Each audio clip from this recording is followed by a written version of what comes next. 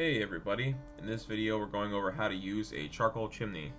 So the first thing you need is charcoal. You can use either lump charcoal or briquettes. You need some form of firelighter, and you need something to light the firelighter with. So in this video I'm using Royal Oak's lump charcoal as well as their Tumbleweeds, and I'm also using a butane torch that I bought off Amazon. Once you light the firelighter, you can place the chimney on top. This process typically takes around 15 to 20 minutes. Something I wanted to mention and I made sure to film was that you don't have to use a firelighter like a tumbleweed or a wax cube in order to light a charcoal chimney. They just make it like way easier to do so. So I'll typically save like my old charcoal bags, used butcher paper, newspaper, egg carton, cardboard.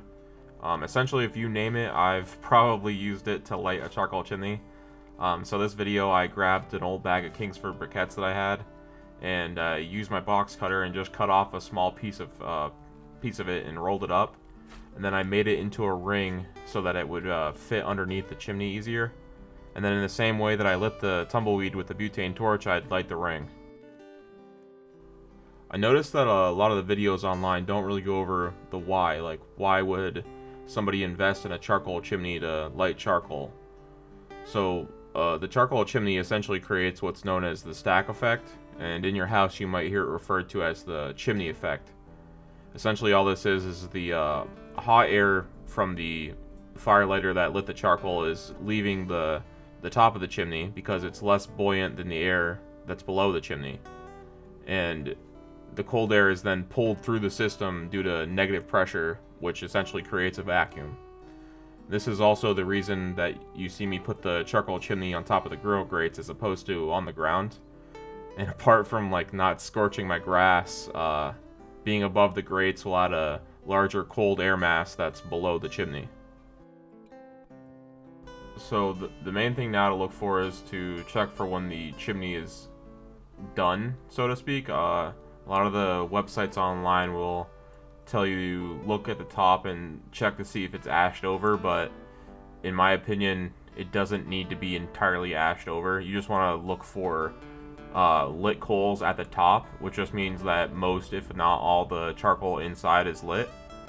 And the reason it doesn't really matter if all of it's lit on top or ashed over is because all you're going to do is dump the charcoal that's lit on top of the unlit charcoal, and then as you're waiting for your grill to come up in temperature, the lit charcoal is going to ignite the unlit charcoal, so it really doesn't matter at all.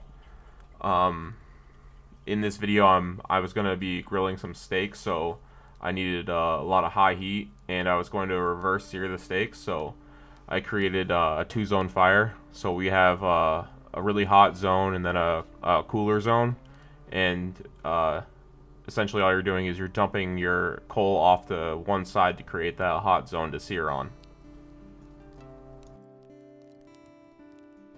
So that's really all there is to it. At this point you want to put your grill grates back on the grill, and you want to put your lid on and adjust your vents accordingly. Thanks for watching.